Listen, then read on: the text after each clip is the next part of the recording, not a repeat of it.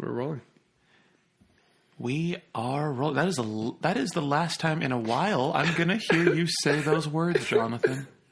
We are rolling. I'm here with my co-host, Jonathan Hinman. If you don't know by now, stop the fuck listening and get the fuck off my show because he has been here every day supporting the best. I would like to first You of all... should know how I cry by now. I want you... He edits this. He's been producing this podcast. It's such a great... In fact, can you edit in, post Jonathan, not you, but post Jonathan, throw in a round of applause for yourself. Thank you. Yeah, there we go. Thank you. Yes. Thank you. Right, okay, cut it out. Okay, stop it.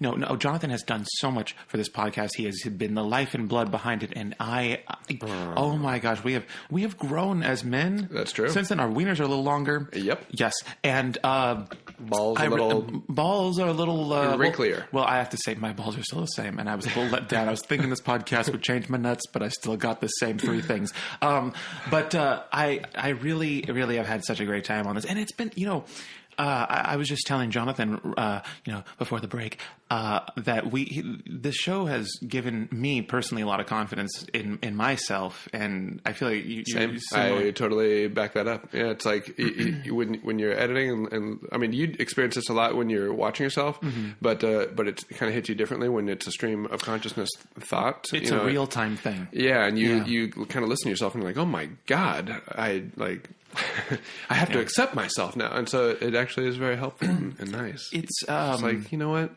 This is life. Life happens right here in the present. Right here. And there's a certain element of your soul that you really can't recreate. There's a certain element of authenticity. Sometimes I'll watch myself... I rarely listen to this show. I have to admit, I rarely listen because I can't bring myself to hearing myself. But when I do hear myself, like on this show, or if I'm like, for instance, if I'm, the FBE YouTubers React, I'm watching myself unscripted.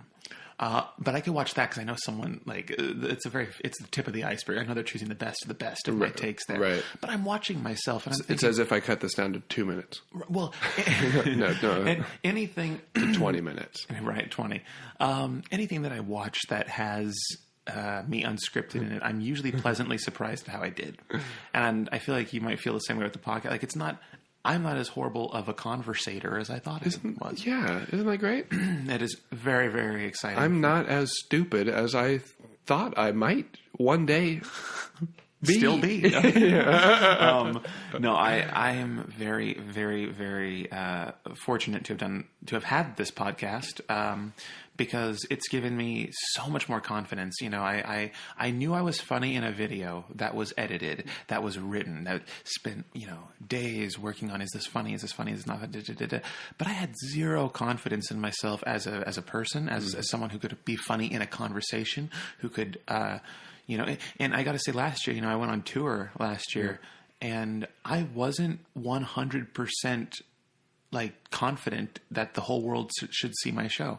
I kind of knew deep down, well, thank God we sold the tickets, but now they're about to see a fraud. And then the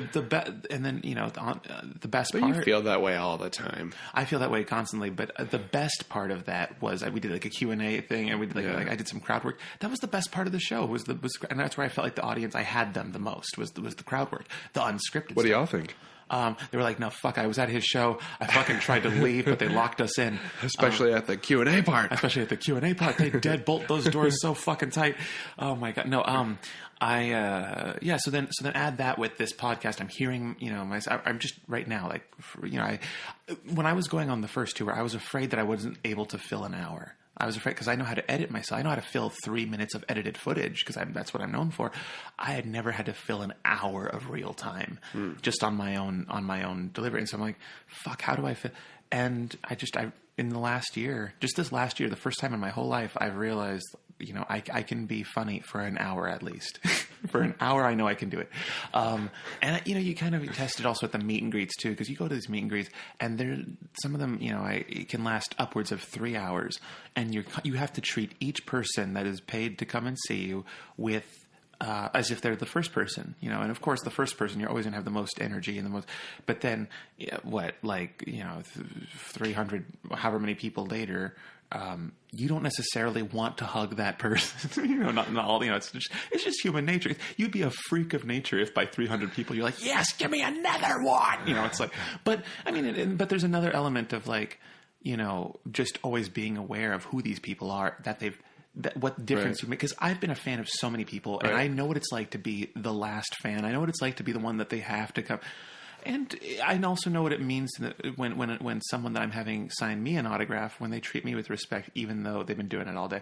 And so I try to emulate that. And also, it's if anyone you should treat the most respect with, they're the ones that have been waiting in line the longest. 100%. 100%. So, and you always want to thank. By the time I'm on my last, thank you for being here. I mean, well, you know what? By the time I'm on my last 10 people, I always take a little more time with that. Because usually I hate the security person. They're usually assholes, and I just really want to milk it for them for those last 10 people. But B, because those are the people who stuck around the longest, and also I don't want to be Brandon Rogers, the guy you were a fan of. At that point, I just want to have a conversation and just almost talk to them more like we're just friends hanging out, as opposed to like, okay, smile and take a bit. Nice. So I always kind of, I ease it down like that. But that's a roundabout way of saying that within, kind of from summer of last year to now. And this podcast, we've almost been doing it for, how long have we been doing it for? Almost a year? Yeah, I mean, pretty close. Well, I have to say, throughout the duration of this podcast, ladies and gentlemen, for those of you who have been listening since the very beginning, you have witnessed a huge turning point in my life. I feel that this last year or last 10 months or so has really shaped so many fundamental things that I'm going to carry with me the rest of my life. It's for the better. Yeah. I feel like such a more, and Jonathan, thanks to everyone who listened, and thanks to everyone who commented. Oh my God. Liking and following us on Instagram and just being engaged. Thank you so much. We wouldn't be fucking doing this here nude if you guys didn't do that. So no, thank you guys I learned so much. about new ways of pooping. Oh, by the way, I have to say, fun. I did try it. I goddamn slipped like I was afraid really? I was going to. Yes, I slipped, and thank God none of it was out of my body but during the slip, because it would have severed it, and then it probably would have rolled under a place I couldn't get it to later, and Oh, anyways, that's hilarious. I'm very, very happy that people have been so supportive of us, especially, talking about things that I don't necessarily consider. Like, I never, if you told me a year ago, Brandon, let's do a podcast, and some days we'll talk about UFOs, or some days we'll talk about conspiracy, some days we'll talk about food. I would have thought, what the fuck? Shove that up your ass. Get the fuck out of my way. I'm trying to get to the bank. But Brandon, I did say that. Right. Now you know how I felt. No, but really, I would have never thought that I would enjoy doing. I would have never thought that I would have been able to. In fact, I'll tell you what. When we first started this podcast, I was like, okay, well, let's see how long this lasts. Let's see how long we keep viewers or listeners. I mean, but it's insane. I never thought people would be this interested in it, and so I'm so fucking thankful we've had the retention that we've had and the attention. It's true. And I'm very. I just have to say. Oh, and people are probably wondering why we're going off. Did I say why last time? Yeah. I mean, well, you alluded to. I alluded to. Well, I'll hit it on the head a little more. Jonathan and I this is us ending this podcast is actually a very good thing. I mean, it means it's true. It is good for us. It's good for us. It's the worst thing that could happen to y'all. If it's worse, the worst thing of your life. And I hope you live through 9/11. It's worse than that. I'm keeping that in. Yeah. Yeah. Thank you. And that's. I'm going to be much more unapologetic this year. I think we're kind of hitting this. Yeah. I just find that I respect my favorite celebrities. My favorite, the people that I look up to are very unapologetic about their opinion. If anything, I love Trump because he believes in himself. Like, for that element alone, the worst person, Adolf Hitler, fucking, like, at least he right. was I love solid Trump man of opinion. The way I love Hitler's, for his belief in himself. He was a solid guy. He wasn't wishy-washy, other than the fact that he wanted people to look not like him, but that was the I'll never get that. But no, I got to say, I respect people who are unapologetic. Not to compare me to Trump or Hitler. I mean, you can compare me to whoever you want. They're famous and rich, so fuck it. This is about not apologizing for anything. Not apologizing. And it's like people are like, where are the offensive videos? Why don't you do more offensive stuff? And I'm starting to realize, like, maybe I have gotten a little soft. Maybe YouTube has softened my dick a little bit. And so I really... now that Blame the Hero is over, and I was really walking on eggshells with Blame the Hero because I wanted that to be a good show. I wasn't trying to go for shock value. I wasn't trying to go for laughs per minute. I was trying to go for a good storyline that was visually appealing and just felt like more like a movie than it did a YouTube video. Yeah, 100%. So now that bullshit's done. No, I'm just kidding. Now that's over, I get to stretch my wings now as a comedian, not so much a filmmaker. I got the filmmaker itch scratched. For 7 months in Blame the Hero in that production, I got that itch scratched. That rash hasn't gone away. Right, that rash hasn't gone away, but it's bleeding right now, so you got to leave it alone. You got to leave it alone. And it's not as itchy. It's bleeding, so I can't feel much. But when the scab heals, then I will get the itch again.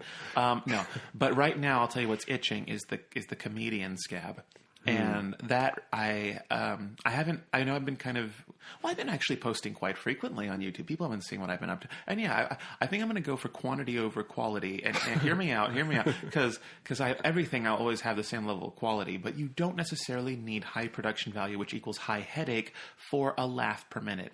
You know, laughs can be done cheaply. It's about spreading an idea. It's about conveying an opinion or a belief or a punchline that people find funny. I mean, books alone can be funny. Not only my books alone, a book can be funny. If a book can be funny, if pages can be funny, then me and a goddamn video. I'm very much looking forward to it. So what I was saying was, us having to end the podcast is a good thing because we are both busy. It's not because we can't do this anymore. We can't do this because we both have our plates positively full. And Jonathan, what have you been up to or going into? Well, I mean, I'm producing full time right now, and so it's rough on the schedule. It's a 7-day a week kind of thingy. And I won't say any names or anything, but Jonathan's working with big things and big people, and he always has stories about who he's like. Oh yeah, just last week I shot with. Blah, blah, blah. But I don't name drop in like in an ugly way. But here's it's the like thing. I'm just trying to talk about my day, my state of mind. Hey, name dropping is name dropping. I can't blame you because I name drop as well. You can ask Anthony Padilla from Smosh. Anthony Padilla from Smosh. I recently ran into him on Brandon Rogers' shoot. Oh, Brandon Rogers? Have you heard of him? You better have heard of him. No, but seriously, what were we talking about? Oh my God! I mean, we got great things on the horizon, and it's like I'm just very proud. I am so lucky. I'm surrounded by such driven people. Everyone I know, everyone that I work with, everyone's just always been so hardworking, and it really does bounce and feed off of each other. Right now, for me, I'm obviously just cranking out as much stuff as I can. I am working on my next series, so Blame the Hero is not the last thing for people. Oh my God, this is the end. Oh my God. No, it is not. I have. Oh my God, Jonathan! He's got a lot of disgusting. A lot of burps to get in. Believe it or not, that was not the hole you thought it came out of. I'll let you guess. But anyways, it's a lot of stuff that I'm working on. I am working on my next series. I actually talked to Jonathan yesterday. I called him up out of the blue. I was like, I want to do this. I want to do this really bad. And also, I have an announcement. I guess I can talk about it. Mm-hmm. I haven't told anyone about this, but tell me now. Oh, this could be the part that we can post on Instagram where they go, "Oh, I want to hear more." Okay, so the announcement is I'm going back on tour. Yes, don't put that on Instagram. But no, I'm going back on tour, and it's going to be even better. And going under the same philosophy of I'm not going to stress about production value. I'm just going to focus on being funny. Not focus, because any of you who came to my last tour, that show was more stressed than it was. I mean, if there's anything that you thought that wasn't funny in there, forget about that. Right. Well, I love the show I did last year differently. Last year was very high production value. There was costume changes. There was video elements. There was, a song and dance number. There was just a choreography, fight just scenes. Cut that out. Cut out the fluff. It was all this. Let's and I get said, Brandon in. I just want to do a stand-up show. I just want to do and I've been working on one for like the last month, and I think it's very hilarious if I do say so. And I just said, I told Rachel, my manager, your girlfriend, I said, I want to go back on tour, and I want to do it. I want to do it even have more fun this time. So this tour is going to be the only two priorities with this tour is that I want to have fun on it, and I want to make people laugh more than I made them laugh last. And people, moments. Half the show, I mean, the show was only 30 minutes long. We filled an hour because they were chocolate. No, I wish. Or they were laughing at me. I don't know. But either way, we'll see if they buy tickets again if we go to the same cities. I cannot say what cities you're going to because that's all still in the works. But I will keep everyone very, very posted. Hell yeah. I'm so fucking excited for this year, Jonathan. Yeah. I think we're going to have a great year. Everything's great. We're going to be very rich, and I expect good presents for Christmas. That's the mark of how we're all doing, is have our Christmas presents to each other gotten better. Christmas is the most nerve-wracking holiday in the industry, because now it's like, all right, how well is everyone doing? I'm doing bankrupt well. That's how much I spent on you to tell you how well I'm doing. I'm doing bankrupt well. I'm very, very, very happy. And can I just say also, a great garnish to how this mood is, where it's blossoming from, is this weather. This weather has been, it's sunny. We have sunlight up the ass for days. I could go for more rain. You can go for more. You see the sun, I love it because I tan like the good kind. That's true. I can vouch for that. You're glowing right now. Thank you. Well, I had a facial yesterday, and not the cum kind. I had. If any of you have ever had a facial, if you haven't had a facial, I suggest you get one.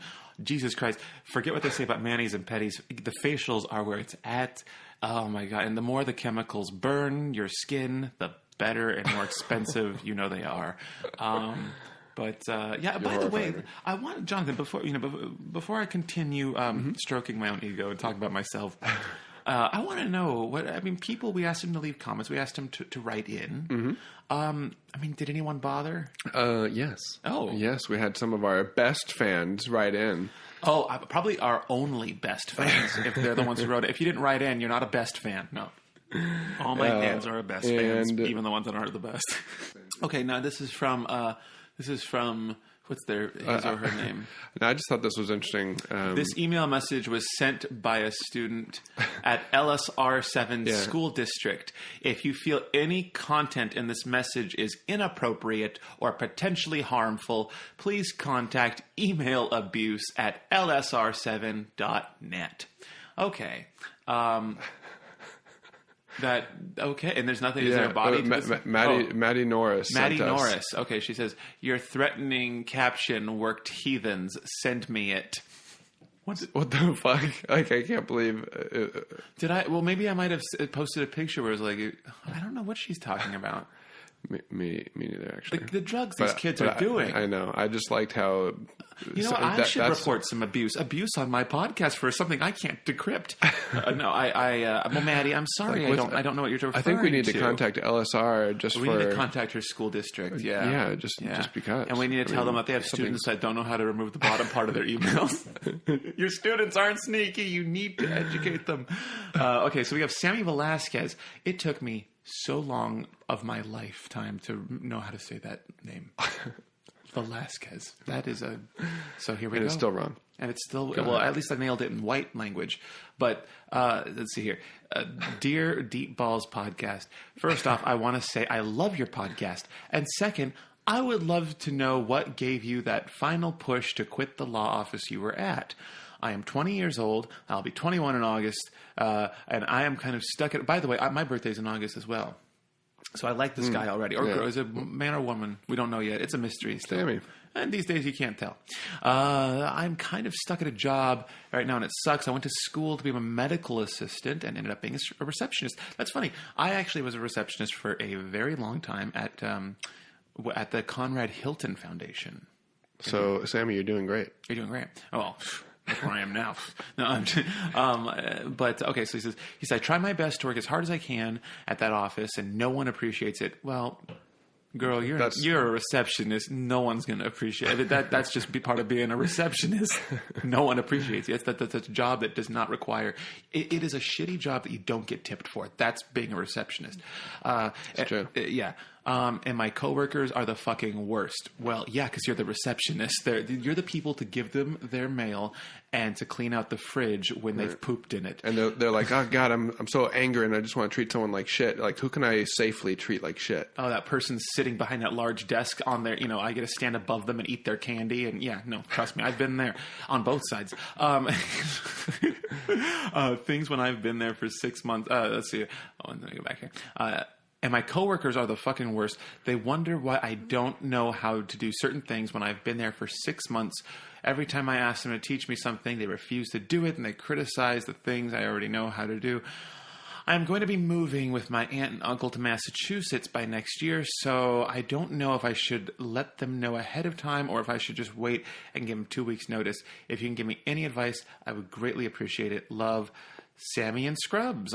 Or on Instagram. Okay, great. Sammy, so Sammie. It's a girl, I would think. Okay. At least the gender. Anyone could choose the gender. Yeah. Okay.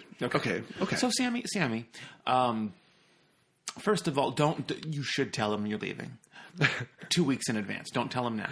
Don't tell him because you tell him early. Yeah. They'll fire you sooner than you'd like to be. Exactly. Just like, we found someone else. Isn't that great? So you can just go now. Yeah. So wait until 2 weeks before you move. Exactly 2 weeks, because get that money, and then you tell them, oh, no, I have 2 weeks, and you'll go out with grace, even if they were all dicks.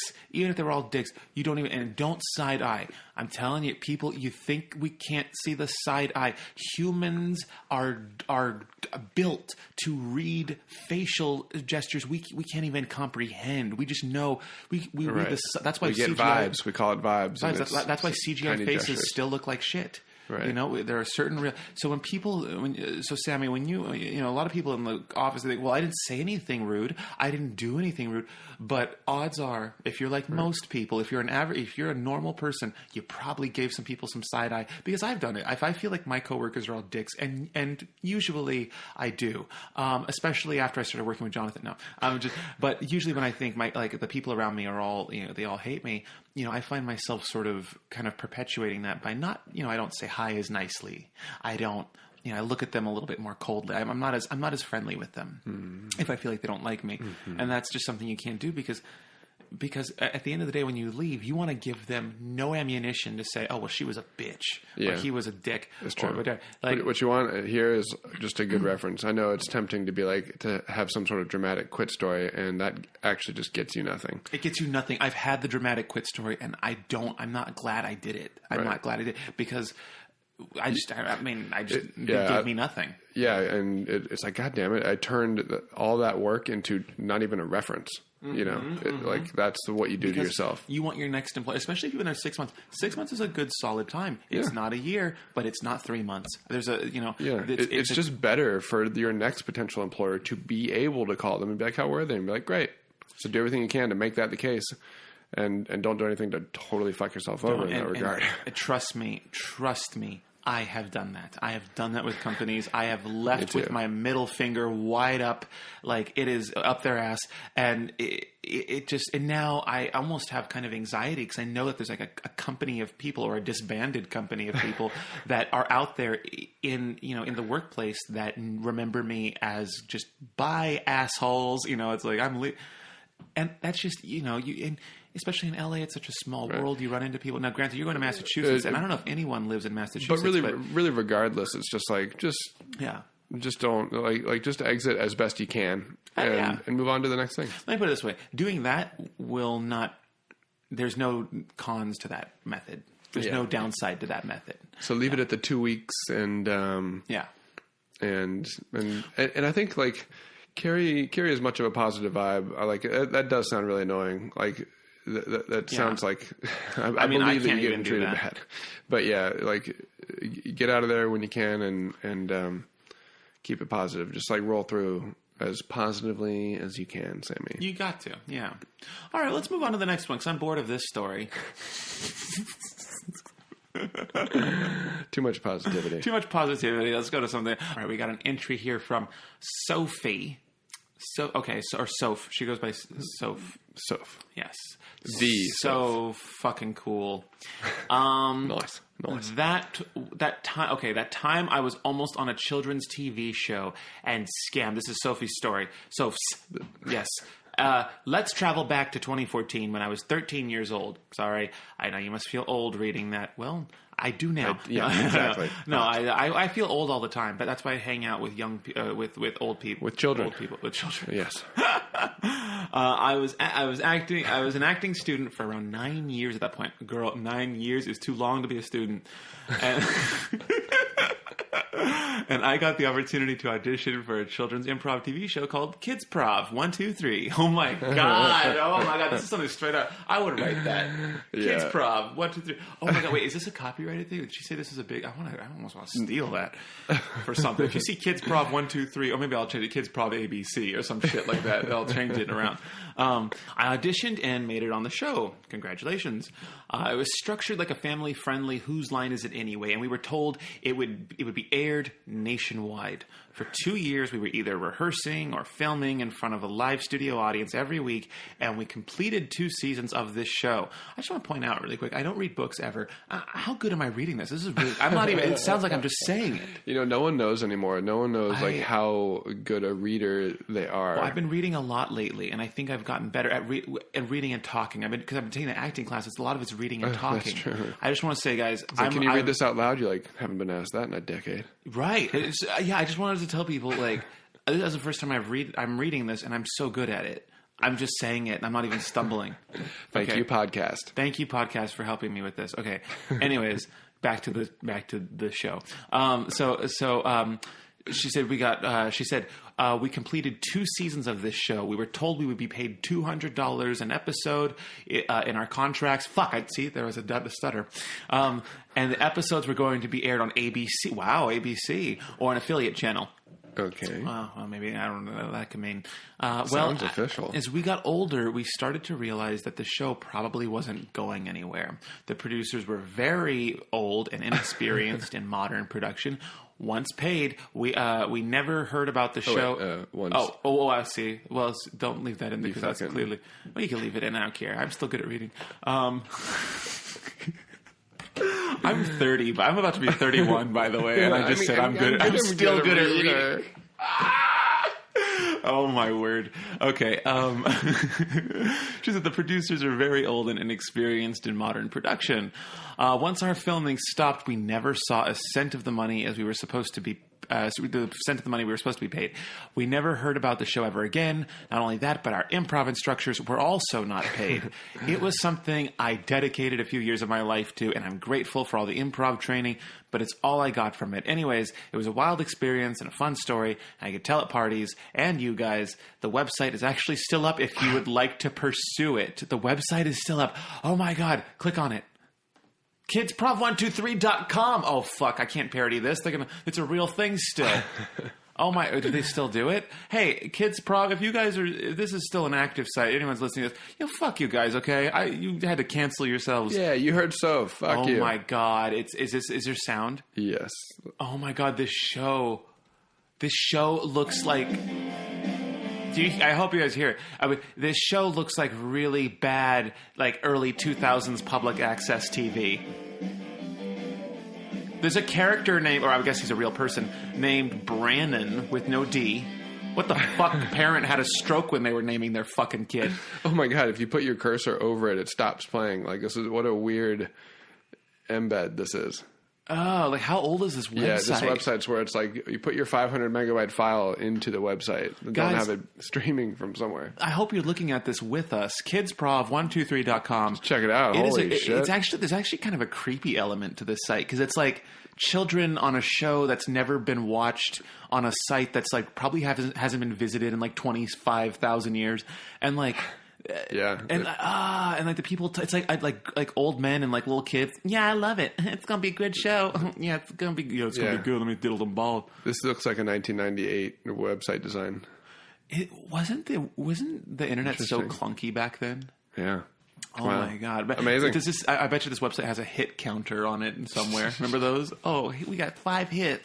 5 hits this weekend. We're doing good. Anyways, sorry. I'm Sophie. I'm sorry if you. This is a. We're not making. Wait. Was she in it? Was she in that video? Yeah, she's gotta be. I mean, she is. Come on, load. I want to be on there. This she show. Is. That's her, Sophie. They're basically wearing the Bobby, the kids, those PE outfits. Yeah, they are. Oh That's my hilarious. gosh! What kids. a weird choice. Like, wait, were they wearing the screen in front of their green screen? That's a good question. How did they green? I mean, it might be blue screen. That's just really well done. That's true. But holy shit, look at her. Well, you know what, Sophie? If you're ever in town, I'll put you in one of my videos, and I'm pretty sure hopefully more people will watch that than would have watched Kids Prov 1, 2, 3. But you will have to improv. You will have to improv, and you will have to wear that exact same outfit. No. Well, thank you for sharing that. You've given us you've given me something to look at while I'm. Was that me when I was fat? Wait, on the far. Yeah, looking at the front picture of like all the kids in it. That looks like me on the far left. There's a young Brandon. A young Brandon. By the way, most people say, "Oh, back when I was young, I looked good." I'm so glad I don't look like what I looked like when I was young. I don't. I was just so fat, Jonathan. I was so fat. That's okay, Brandon. I would look in the mirror and just cry. Really? I would look in the mirror and I would film myself and I would almost like. I would take pictures, like before pictures, but then I never actually lost the weight until much later. So I just had a bunch of before pictures of me naked fat on my phone. I'm like, I hope I never die and someone has to dig through my phone. And then I don't know where that phone is. So I'm like, I hope someone doesn't have that phone and is just like, I got Brandon fat and nude and crying on. And the search begins. Yeah, it's good that that's out there. Yeah, right. I'm glad that's out there. Keep you running. Yeah, exactly. It's just. And now, watch, I'm going to get a call like 20 years from now from someone who listens to this show. I have the phone. My God. Let's see here. We have someone named Alex LG. I don't want any ransom money. I just want you to come to my house. I want you to gain the weight back and recreate this photo in my bedroom. I'm going to chain you up and feed you. All right. Okay, so this next one is true. Alex. Hey, guys, my name is Alex, and I have a story my dad told me from his aunt about a possible... Wow. You have a story. That's good. Well, so the dad, it went through the aunt. So it's been played a bit of telephone. Yeah. However, I'm going to pretend like it just came straight from you. The dad's like, how could I look better with my aunt? Well, it says here, this story, Jonathan, it's a possible alien encounter. Okay. And that echoes right back. We've talked about this in the past. Aliens are a recurring theme on this show. Yeah. I've never been interested in aliens. I never thought I'd talk about them so much on my podcast. I think I like to take credit for the Area 51. The Area 51 situation. And now, what is going on with that? I don't know anything about this. People are preparing to storm. What? Well, why? Why are we doing that? You get the truth. It's time for the truth to come out. Oh my God, are we serious? Now, when I say let's storm Area, now am I going to regret saying this too? Because I want to know the truth too. Hard to tell. Look at me. I'm wearing headphones and I got a microphone. And I'm in a hideout underground. I'm a conspiracy theorist. I look like one. No, I want so okay. And I know nothing about this story. Sorry, Alex. I don't mean to deviate. I want to hear your alien story. Yeah, but it'll be right on topic. Hang on. Well, it's a good thing we're prefacing it with this thing that I'm more interested in right now. I want to know about the Area 51 thing. That'll segue beautifully into Alex's story, which we'll get to. But tell me what's going on here because I've been living under a fucking rock. So, some people have. Started a movement to storm Area 51. The whole idea is that if enough people are there and they just rush Area 51, the government can't stop us all, and we're going to get to the truth. And so they're trying to bet there's nothing there. I know nothing about Area 51. I hope there is something there. There's got to be something. There's got to be something there. Oh, and every time someone mentions Area 51, I get chills. I always have. I remember I was 10 years old when we learned about Area 51 in school, and that has haunted me more than any scary movie, has haunted me more than any book, mostly because books haunt me in general. But Area 51. And everything I learned about Area 51 from the bowling, from the bowling alley video game Area 51 has stayed with me. And also Crash Bandicoot had some Area 51 stuff in the third Crash and stuff, and that got to me. But I find the fact that there is a mystery in the middle of nowhere.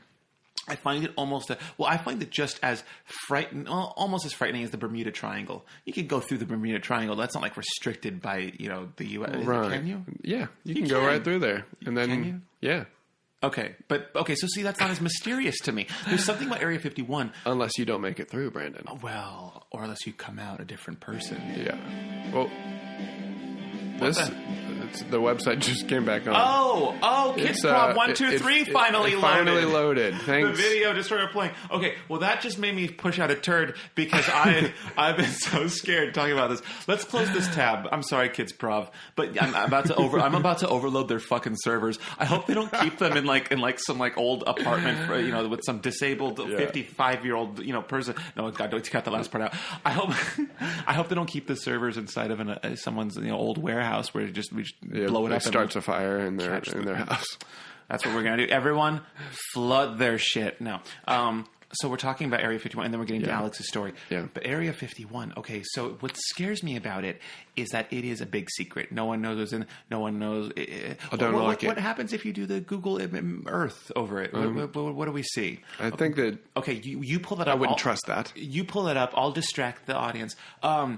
Guys, Area 51 is a very, very serious thing. We can't just... Right? I mean, right? How would they stop that? How would they stop rushing? They would just kill everyone. Would they kill everyone? Just devil's paintbrush the crowd? And they make up a lie about how they started it. They'd be like, they began the violence, so we had to shoot them all. They'll unleash the alien. They'll use the alien weapon. Yeah, the alien's at the center of it. Center. I mean, okay, so how did Area 51 get to... I mean, obviously, it's a very secret area. Obviously, we know very little, if anything, about it. Mm-hmm. But how did it get the rap for specifically alien stuff? I don't know. I really don't know. I think American Horror Story really should have picked that this season. That's really in. I think it was just a lot of test planes and top secret technology that they're testing out, and then there was so much secrecy about that that it began to have that kind of status. I hope when they get there, Trump is at the front lines to try and talk down the crowd, but then they storm him and get past him. And then I hope they rush in, and I hope there's got to be at least one fucking half-buried flying saucer somewhere in that goddamn place. So here's the thing. I'm trying to zoom in on Area 51, and I'm getting a lot of... I'll do it on my phone. No, we will. We both got to do it. Where is it? I want the government to see all this Area 51 shit coming from your Wi-Fi. Okay, so, I just learned recently how on the Apple Maps app... I know how to do the satellite now. Oh, good. Yeah. So I'm going to type in Area 51 on my Apple Maps, and let's see what I get. Okay, well, it took me to the desert. Now I'm going to tap the satellite, which I now know how to do. You go to Info, Map Transit, and you press Satellite. Oh, you can see the real thing. Jonathan, I'm surprised you didn't know that. Homey Airport, is that in Area 51? So we're getting to the root of the problem here. Where is it? Google Maps isn't tagging it, so right here. There's Homey Airport, and I think I've heard of this airport before. I can't remember if that's part of Area 51 or if that's outside of Area 51. But anyways, this is it right here. Here's the alien zone.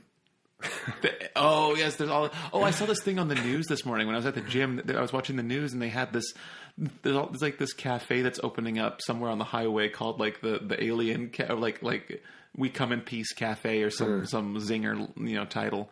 And they have a giant flying saucer, and they're building it just for this thing, apparently. This whole scan. So how long has this Area 51 thing been happening? How long have I not been hearing about it? A couple weeks. A couple weeks, guys. Plans guys, TBD. I can't be this late to things. I'm just now learning about this. I am big on social media. I should be like, oh yes, I've heard about that long before. You should be on the front lines of this charge. I should be. Guys, you got to keep me informed. From now on in the comments, if you leave one comment, also leave me a fun fact of something that's happening. Please, thank you. I need to know what's happening. I had no idea. I'm so fascinated with this, and now I want to go to Area 51. I want to be like the avalanche. I want to be the small little pebble that causes the whole... I'll say, okay, the movement isn't set, but then I want to be the one who goes there and says, let's just do it! Right. Ah! And then everyone joins me, and then we all go running in, and then we find that half-buried flying saucer. We meet the aliens. We find more things about our culture gets better. And it's a win-win. It can't go wrong. Yeah. Anyways. All right, Alex, let's go back to here. Now, Alex has an alien story. Feel free to edit that down however much you want. I was bored halfway through that. Okay. I'll keep that part in. Oh, good. Okay, so it says here, Alex says, the encounter took place over 50 years ago today in the country, over 50 years ago today, in the county of Lancashire. Lancashire, England. Y'all have a weird shire. I was like, that's just north of us. In England. So on a road between two towns called Hapton and Padiham. It was night, so it was dark out. His aunt was waiting for the bus to... Can we make it a little bigger? I almost thought that said anus. The word a bus looks like anus when you can't see it. I thought... I'm so blind, you guys, just so you know. Okay, so she's waiting for a bus. She'd been waiting a while, and then she saw what she presumed was the bus coming down the road toward her. First of all, London streets, or I don't know where this is, but I'm going to say London because I saw the word England. Well, Lancashire. They're so creepy. All I think about are two things when I think about London streets. Three things. I think of Jack the Ripper. I think of Sweeney Todd. I think of Harry Potter when he's in danger in the Muggle world. Yeah. Okay. Huh. The streets, Me too. Streets in the UK. Oh my God. Now, I've been there for real, and they're actually wonderful, but really, when I think about them, because of the movie influence, I think of a creepy place. Fog, cobblestone, exactly. There's silhouetted villain. Always rats, a shadow of a villain, and there's always a hunch. It just bad, no shower, bad teeth. And actually I went there and it was much different. It's actually squirrels that run around everywhere. And they got great teeth.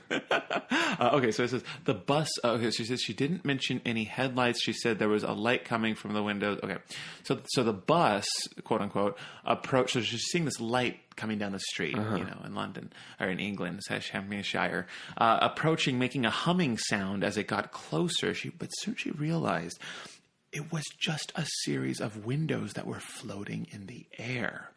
There was nothing else there but the windows with light coming from them. Eventually, it swept past her and carried on into the distance. Another point to add is the area this took place is known for UFO sightings.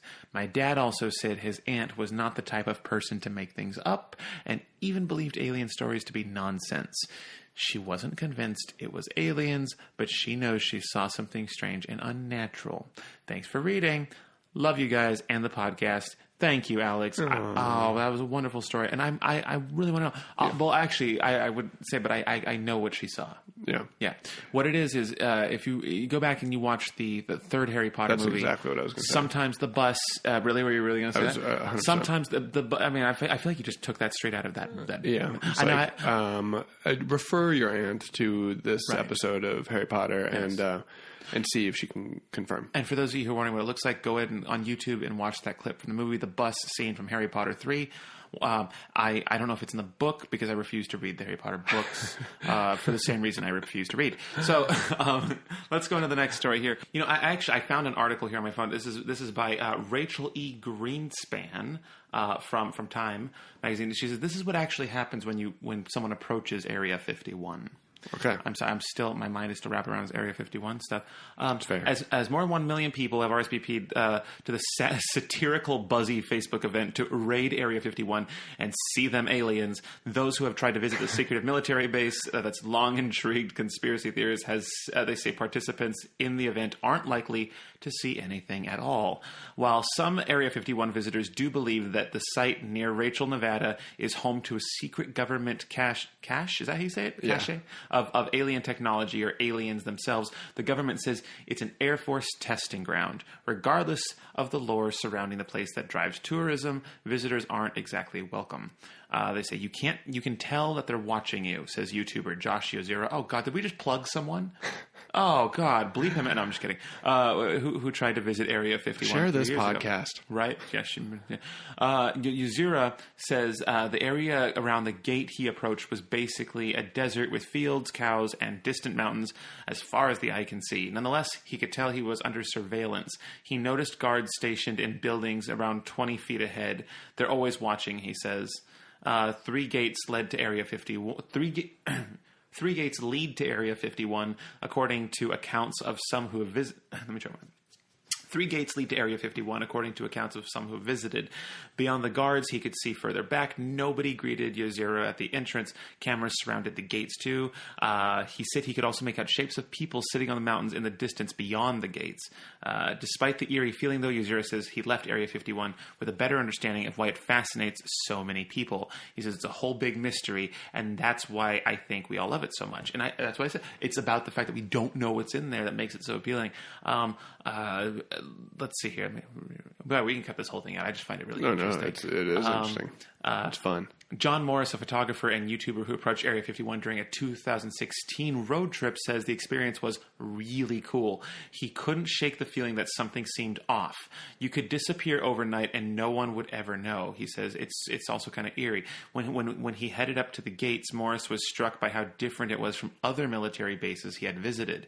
He says, it's a gate with all these buildings behind it and people inside the buildings, but nobody's standing outside. Nobody's near the gates, he says. Morris ate lunch at a nearby restaurant in a hotel and tried to get some insight from the locals. He said they were kind of tight-lipped about the whole thing themselves. He says the restaurant was decked out in all manner of extraterrestrial paraphernalia, no doubt an effort to cash in on the believers who make the pilgrimage. For Kyle Rakutis, I don't know how to say it. He made an Area 50, I guess he's another YouTuber, who made an Area 51 visit at nighttime in 2014 on a road trip from Boston. Things went differently. At the little restaurant, the one that we just mentioned, the bartender gave him directions up a dirt road to the gates of Area 51. That's when his visit took a turn, he says. I'm reading the signs, and all of a sudden, the gates open. So I drive in, and all these military guys come out, guns drawn. As I'm sitting there, I'm kind of freaking out because they don't really say anything. They just say, check him out, and start searching my vehicle immediately. He says they didn't get a good look at Area 50. He says he wasn't able to get a good look at Area 51 because he believes it was still miles beyond the gate where he says he was stopped. He noticed flickering lights off in the distance. He's leading him to believe there were buildings of some kind beyond the gates. At that point, he says, I was honestly too scared for my life to even take a close look at it. A guard wrote down his license plate number, sent him away, and closed the gate. He doesn't encourage anyone to visit Area 51, much less raid it, because he feared for his life, and the guards approached him. Because he feared for his life as the guards approached him. Morris, who has years of experience as a travel photographer and photojournalist, agrees that Area 51 just doesn't feel right. I travel for a living, so I'm used to getting put into different situations like that. Morris, oh my God, I just heard my voice. I sound like Philip DeFranco when I read the news. Oh my God. And this is how they do it. And this is how we talk. And blah, blah, or maybe it's just a report. Maybe he sounds like a reporter and I'm trying to sound like a reporter, but I just heard a little bit of him and myself. No, I got to stop reading the news. That's too serious. Guys, this stuff is scary and it's fascinating. And don't listen to that last one. Go and I want to see what's in there, but I don't want to be the one to rate it. Now, Jonathan just pulled up. I distracted them long enough for him to pull up. We've got 20 stories here now. I have this. This is from Gnarly Charlie. Gnarly Charlie says, "Hey Brandon, I'm going into my junior year of high school. I've been a fan of your channel for 3 years. Anyways, I was hoping to ask for some advice that could maybe be answered on the next episode." It's about, well, good, because this is also the last one. It's about friends with benefits. Okay. Jonathan, really? Again? Oh. Sorry, I don't know. Fucking this. I just had a Fiji water, and it won't. More bubbles than you think, down. Tom. More bubbles than I thought. Yeah. Anyways, he says, we got a guy here. His name is Gnarly Charlie. He's going into his junior year, and he has a question about friends with benefits. That's a very young age to have. Well, I guess. I had those. But he says, about 2 months ago, I became friends with this girl. She's really cool and funny. So I decided to ask her out. But she said, ask her out. You remember that when he said that? When was the last time you fucking heard that? Oh, we're going out. Who says that anymore? It's very nice. I never thought that would be a bit of verbiage that would die out when I left high school. I never thought that was like a high school or under way to talk. Yeah. Oh, they're going out. Oh, you want to go out with me? It's like, that's right. That was a term. And kids still say it. Wow. Anyways, he says, I decided to ask her out, but she said she just wanted to. By the way, when you enter adulthood, you just say fuck. Yeah. Or seeing each other. Seeing each other is what they're dating. They're seeing each other. They've been if it's even more casual. You want to sound 2 years older? Yeah. You want to sound 2 years older? Ooh, they're hanging out. And it's always so subtle. It's all just a code word for they're putting themselves inside each other. So friends, a really cool girl. She's really funny. I decided to ask her out, but she said she just wanted to be friends. Fast forward to a week later, and she's got my dick in her throat, but says she wants to just be friends, and I like where we're at, being able to hang out and bust a nut. But oh my god. But I think our relationship could be more. Anyways, oh my god, how wholesome he sounds at the end right there. But I think our relationship. Busting a nut in there, but I would love. It's like I love busting in her, but our relationship could be more. Anyways, I thought it might be a good idea for an episode. Well, what's his name? Gnarly Charlie. First of all, her willingness to let you bust must say a lot about her mom's cooking. Secondly, hey, if you're both... Wait, who wanted the relationship? He does. He does. Wow. She just wants him to bust in Charlie, if you weren't busting in a girl's throat, I would have figured you for a gay. We're saying you want to hold... Oh, her feelings and relationship. Charlie... Do you realize how many kids your age would kill to be where you are? Like, really, when I was in high school, I would have... She just wants to have sex, and I'm trying to have a family. I'm trying to have a family. Girl, do not get yourself a family. Do not try... And... Well, I don't know. I'm not really good at giving relationship advice to high school kids because when you're in high school, you think on a different way than I even think now as an adult. Like we're not even the same people. So any love advice I have... It's advice I can give someone in their 30s or 20s love advice. Right. I can't give a kid love advice. It's like, what the fuck? All you know is wieners and busting. Like that's it.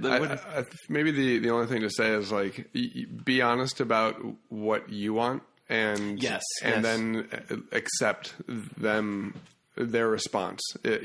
Ask them to be honest back. That's all you can really do, and then you have to accept their honest answer as truth. And Gnarly Charlie, let me tell you something. As talking to my, if I were talking to my younger 15-year-old self, just have fun and be safe and don't hurt anyone else and don't hurt yourself. That's all. These are the only rules you really ever need to follow to live a good life. And just enjoy. If it's a casual thing and you're both okay with that. Why am I saying? I feel like I'm condoning like child sex. No, that's not what I'm saying. I mean, the fact of the matter is, first of all, y'all are illegal. They're gonna bust whether or not we say this or not. I'm just saying, as someone who was in high school at one point and I did have several. I want to say I had like 5 or 6 or maybe relationships in high school in my time in high school. That's crazy. So there is advice to be given, and that's the place where this is coming from. And you know what? Maybe one other thing is don't let the pressure of high school because you'll be pressured to just have sex. You'll be pressured to have a relationship. Well, are you in a relationship? Okay, this message all kinds of weird shit. This message is to my former self, not to any kids. But if you have advice you want to take from it, then so be it. But young Brandon, fuck because you're horny, not because it's cool. Because you know what? Well, actually, yeah, I think I did it because both. But definitely there was an element of like, oh yeah, that's cool. I had Don't let it be sex. for the cool. That's the fucking... Don't let it be for the cool because then you turn into someone who has sold his soul inside of someone's hole. So, then you just lost You're it. dead. Yeah. You're fucking dead. So that's all the advice I have. And just live your best life. What's his Gnarly Charlie? Gnarly Charlie. That's a great name. I love that name. Damn. Gnarly Charlie. Well done. Very, very good name. I wish I could have picked it myself. Anyways, let's go to now. We have a very, very, very special. I've been saving one story for the end, and it's someone. And you probably, those of you who have been listening for a while, probably know who this person is. I want to give a big thank you to Andrew, who what was his username? Papa Thumbus. Papa Thumbus. Can we just let's do one more round of applause. Just a second one right here. Thank you. Papa, okay, that's more than enough. So Papa Thumbus has given us this story. For those of you who haven't listened, we reference, he's the only like recurring character in these things, really. But we reference him because, just to recap, a while back we asked people to send in their poop stories. Papa Thumbus was at his friend, was it Kyle's house or was it Tyler's house? It was Papa Thumbus' house. Yeah. Yeah, Papa Thumbus has in Papa Thumbus' house, Andrew, his name's Andrew. There's a bathroom with no door. And they were playing video games in the bedroom in which the bathroom with no door was connected to. Am I right so far? It's been a while Correct. since okay. So one of the kids, there's three guys. There's Andrew, our main character. He's our protagonist. And then we have Tyler, one of his other friends. And then we have Kyle. Now, Kyle has to decide he needs to go to the bathroom. He take a shit specifically. And goes into the restroom. and he's in there for a minute, and I'm just paraphrasing. So if I get stuff wrong, again, I apologize. Apparently, Tyler or Andrew walked by the bathroom and saw that he was not only taking a shit. Mind you, there were other bathrooms in the house that did have doors with locks. But not only was he taking a shit, he was on the toilet. His feet, he was gargoyling. His feet were on the seat of the toilet, fully nude, by the way, fully unclothed. And he's squatting, the naked gargoyle, and he's squatting with his feet on the toilet seat. His, obviously his butthole is hanging over the toilet. And that's how he was shitting. And he was just doing that. And now there's so many questions that I had. Why was he nude? Why was he doing it so confidently with the door open? It's like he was inviting them practically to come and say, hey, look at this weird thing I do.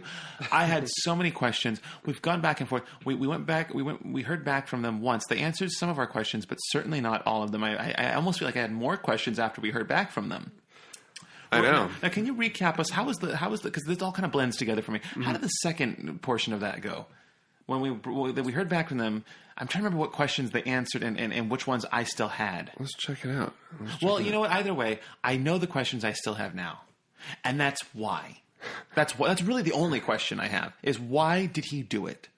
And so they wrote back. I want to say a couple weeks ago. Yeah, right. Yeah, they talked to Kyle about it. They kind of hit Kyle up with some of our questions, and they didn't know why he did it. Right to this to that day. I mean, I don't know, but now I haven't read this yet.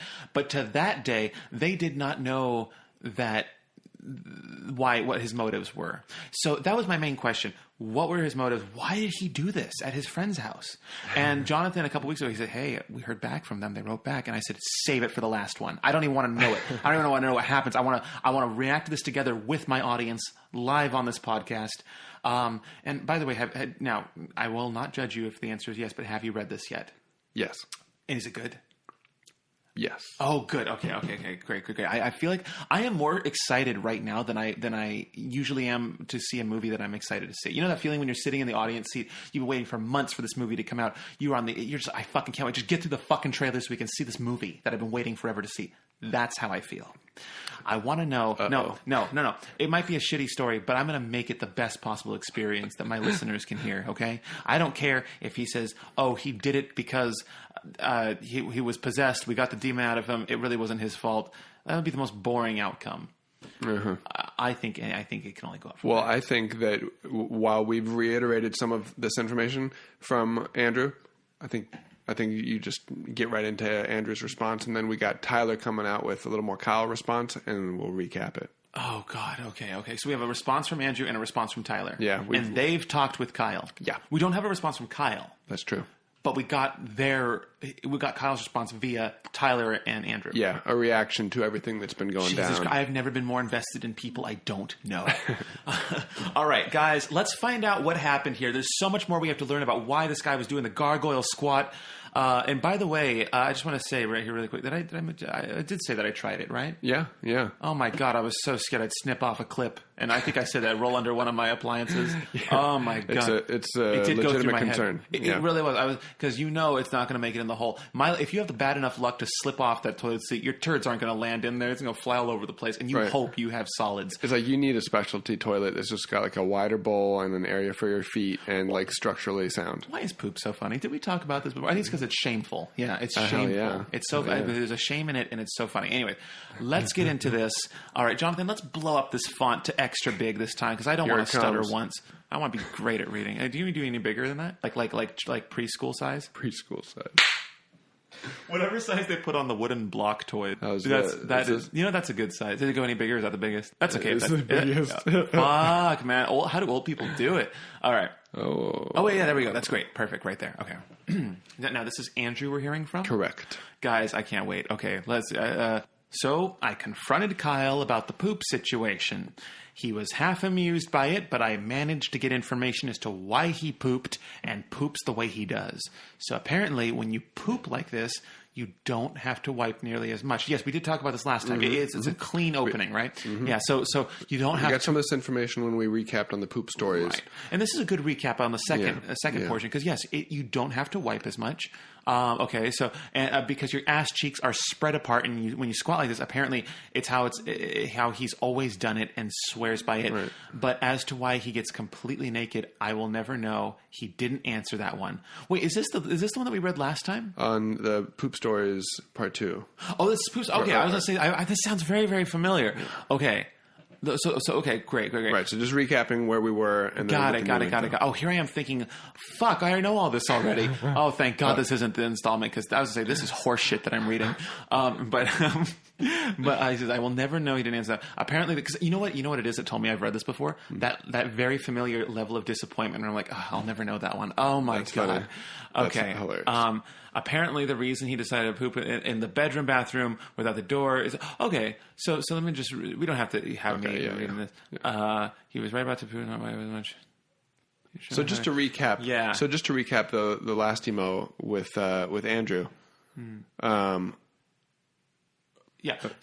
So sorry. So just recapping this last email with Andrew. He squats. Kyle squats like this because you don't have to wipe as much. The hole is open. It's more of a less of a pucker and more of like a projectile vomit. What your lips do, that shape, the Pringles duck face. You know what I'm talking about? Oh wow, because you know when you're squatting. When you're squatting, your cheeks are spread apart, so your hole is wide open. Like imagine just like Alien with the little mouth that comes out. It's like a little bit. Your anus just does that a little bit. Yes, or like the opening of a megaphone. You know what I mean? And so, anyways, he said yes, that's why. But I remember in the last email he says, as to why he gets naked, I don't know and will never know.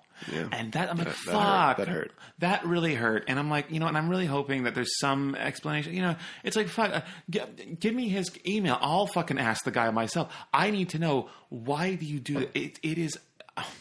I get very, very frustrated on a deep personal level when humans exhibit behavior I simply cannot put a motive behind. Even if it's the worst act a human can commit, as long as there's a motive, like, oh, he was an evil person, okay, then that makes sense. But if someone's Kyle sounds like a good guy. I love Andrew, and any friend of Andrew is a friend of mine. Kyle sounds like a decent person who just shits weird. But then the nudity part, that's the part of the behavior I can't get behind. I can't relate to that, and it drives me insane. I mean, fucking going back to Hitler, at least he explained why he did what he did. Kyle, I have no idea why the fuck you're dressing like this to your private time, which isn't so private. So many questions. Anyways, let's go right into this one. I'm so fucking excited to read this last final chapter to this story. Guys, I'm on the edge of my seat. I hope you're on the edge of yours, but don't stand too, because we don't know if this could just be, the story could literally just be like, oh, and we don't know anything else, the end. It could be totally, I have high hopes, but let's find out. But without any further ado, Jonathan, is it okay if I get into it? Go ahead. All right. Okay. So here we go. Oh, now we're hearing from Tyler. Right. This is Tyler. We have not heard from Tyler yet, have we? No. Tyler he's the least important character because he hasn't done anything significant. However, he was a witness. So we're going to hear from his account. Now we're hearing this from a totally different perspective. So maybe we're going to get some juicy other bits that Andrew was holding out on. So, hey, this is Tyler from the story of my friend Kyle's very unfortunate pooping position story. Hey, Tyler, welcome to Deep Balls. So Kyle, Andrew, and I were all staying the night at Andrew's as a celebration for my birthday. Okay, so it's his birthday. This makes more sense. See, there's another tidbit of info. I didn't know that was his birthday. Happy birthday, belated, by the way. The inside of Andrew's closet was set up as a smoking room, and we were all in there doing our thing. Trust me, brother. I've been there. When you live with your parents, which I'm assuming these guys probably live in. It sounds like a parent's house. I don't know. But it did. But now, are they not living? If you set the inside of your closet set up as a smoking room. Well, I mean, the inside of my closet was a smoking room also. Like I think when they say room, it's like and I'm assuming, I'm so sorry if I'm jumping to conclusions, but they probably just made like a impromptu like little smoker's den. I guess you're right. All of my friends had one when I was in high school. I never got away with shit like that. You never did? No. Oh my God, it's all about finding a creative space you can do the most without parents coming to interrupt you. My parents sucked. Yeah. They're super nosy. God. Well, it was a little bit. My parents half sucked because my parents were pretty loose, but also pretty. I mean, there was half and half. But other people's parents really sucked, and so it's like I'm glad I didn't have like parents.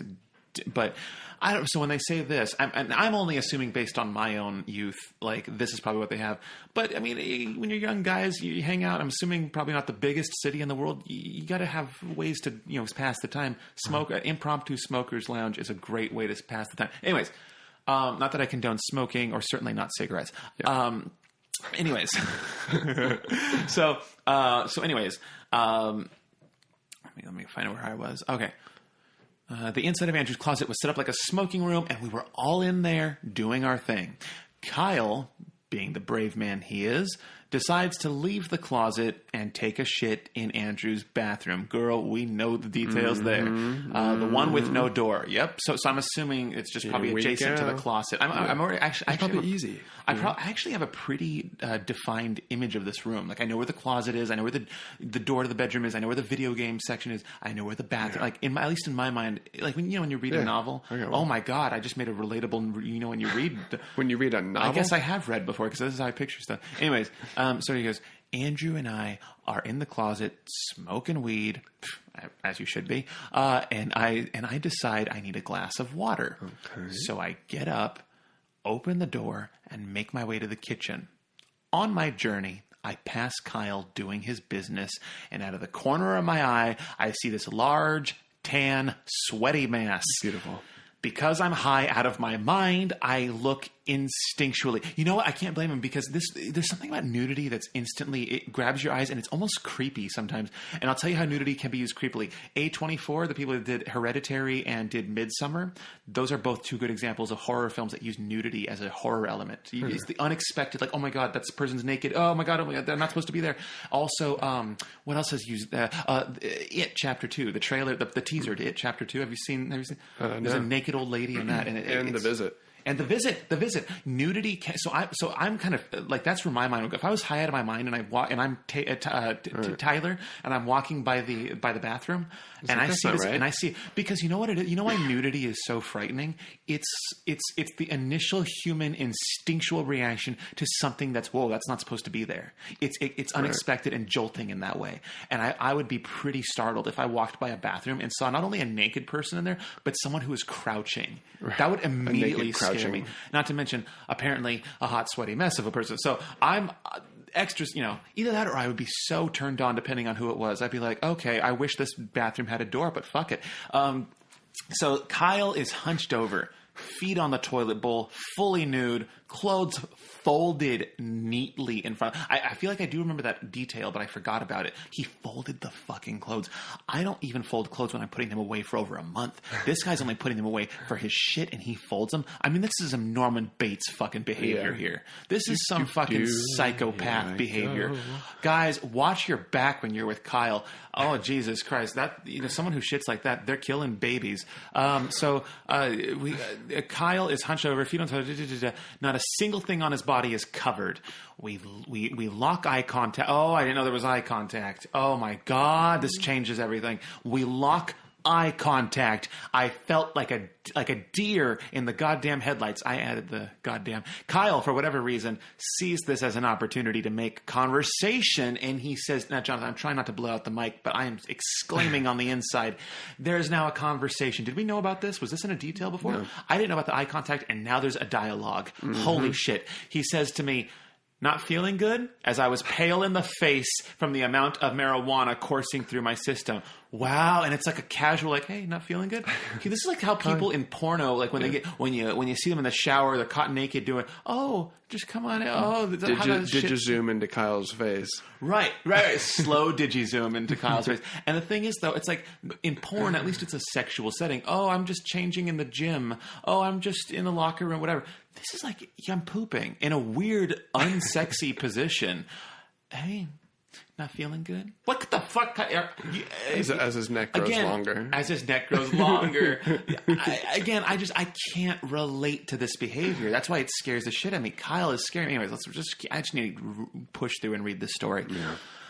As I was pale in the face from marijuana coursing through my system, I somehow utter out the words, yeah, just getting some water.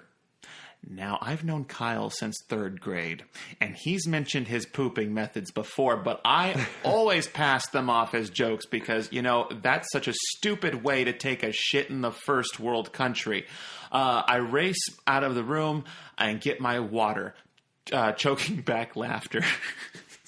I guess it is pretty funny. I think I'd find it funny after I left. I'd find it shocking at first, and then I think it would creep in and be like, oh my God. Because as you're walking away, you're just picturing he's on a toilet right now looking like that.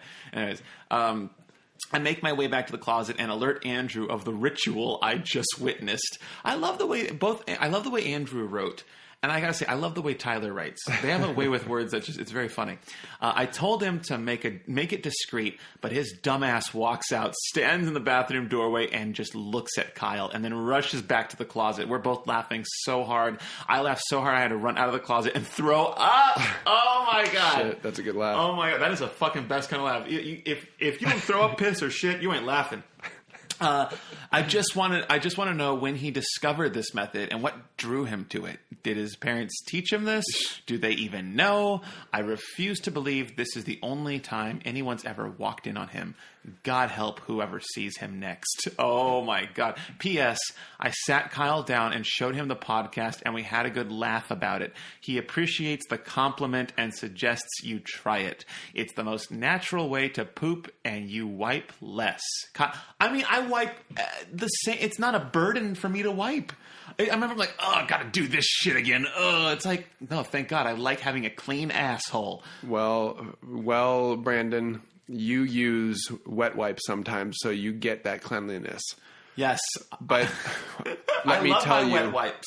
As someone who uses dry wipes, that it was cleaner. It was cleaner. I used less. You know how sometimes you just have one of those poops that's like, wow, that one took like 1,000 times more wipes than that other poop did. You can turn them all into the couple white poops. Infomercial for this. Just do an infomercial where we just talk about all the benefits of just a method of shitting. There's no product we're selling. Yeah. No. I mean, this is crazy. What a great story, and thank you, thank you, Andrew. You so much, and. So this was this. So Andrew did not write it. This is Tyler was the one who wrote it. Correct. Tyler wrote this with Kyle, with a quote from Kyle at the end. Got it. Kyle, thank you so much. I'm not. Well, Kyle, thank you for being a good sport about this. Yeah. But why the naked? I just want to know, and just so you know, everyone who listens to this podcast, they know you shit nude. You don't have to not talk about it. You don't have to not talk about it because it's weirder for the rest of the world to not be able to understand why you should than to just kind of say, you know, I find it sexy, or I don't care. Maybe you like the breeze across your taint. I don't. Well, I guess that would be there. You like the breeze across your chest, or you're somewhere where you have to take off all of your clothes. I don't know what the reasoning is, and I certainly will not judge you for whatever it is. But Kyle, I speak on behalf of America and the rest of the world, and anyone else listening beyond. We need to know, why the hell did you take off all of your clothes and then fold them? Fold them. I'm telling you, Kyle, if you don't explain your ways, we're going to think you're all a psychopath, and you're probably going to kill us. You're probably going to kill me. Oh my God. Jesus Christ. Someone who behaves like that, I would not put it past them to really stalk me, find out where I live, and just be, and then I'm gonna come home one night and there he is on the back. He's pooping like that, except now he's holding a knife. Oh my God. I hope I make it out alive. Anyways, was he? Well, I wanted to say that I did try out his method a couple times. And is he telling the truth? He is telling the truth. You wipe less. It's clean. It's nice. I will say that for someone putting on a show like that, they better be fucking telling the truth. Yeah, I mean, I actually do encourage everyone to safely try it. Just like, it's fun. Just give it a whirl. You know, on the note about the breeze and the taint being so much further up, like, yeah, it is like when you sit in a bowl and you kind of take this part of the experience for granted. When you sit normally, like that bowl gets like hot with your shit. You know, it's like steaming up at you, and it just like feels like you're contacting this. But when you separate yourself, it does feel cleaner because like there's airflow. You're like not getting splashed as much, even though you think that it would splash more. But it splashes less. You know, like if you're 1,000 feet up, you're not going to get splashed. So the higher up you are, actually you get splashed less. I would have thought that water would have come up and kissed your nuts. Right. I mean, it still might, but less so. And there's an element of danger. And when you're totally nude, you're just feeling a little freaky. It is liberating to feel nude.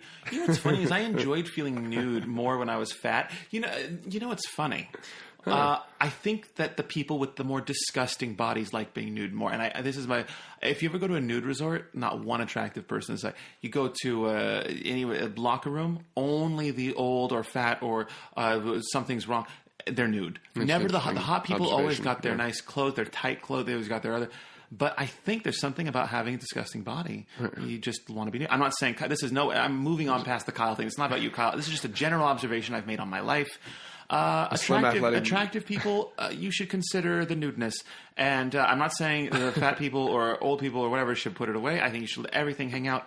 But you shouldn't be the only ones doing it. I mean, come on. Attractive people, believe in yourself. Get because in there. The ugly ones are. Okay, anyways, Jonathan, and if the other people are getting offended, well, then I'm sorry because you knew who you were. Oh my gosh, imagine someone getting offended. If I make fun of ugly people, I want to meet the crowd who gets offended because then the joke is they've just labeled themselves as, it's like, oh my God. Anyways. There's some people where it's just like it's universally no, you're ugly. Those people. I'm sorry, but I'm just ugly in the brain. I'm just ugly in the brain. Yeah, in the heart if I had one. Yeah, but the face sometimes. In the face sometimes, right? Guys, on that note, I really, really, really love that you guys have supported and enabled me to be whoever I want to be on a platform that I never would have considered going on. Jonathan, honestly. Really educated me on this whole world of podcasting. I didn't know anything about it.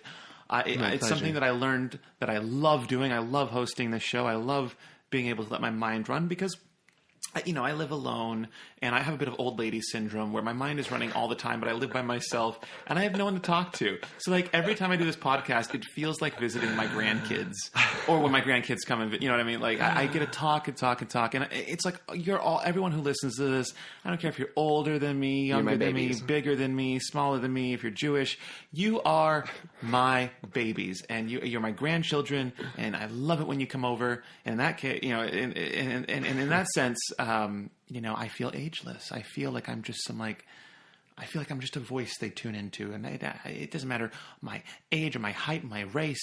I just get to be a voice with opinions, and it's just so much fun. Now I get why people invented radio, because this is fun. This is fun, and this is coming from someone who does video, which is arguably better. Guys,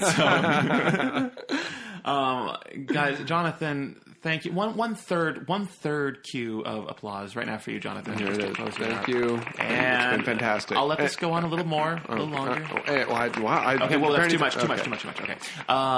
Jonathan, thank you. How? I mean, pleasure, man. How have you liked this? That's fantastic. I think I grew a lot as a person. I was able to accept myself. Are you still going to say that when I take the shackles off your feet? Yeah. Oh. No.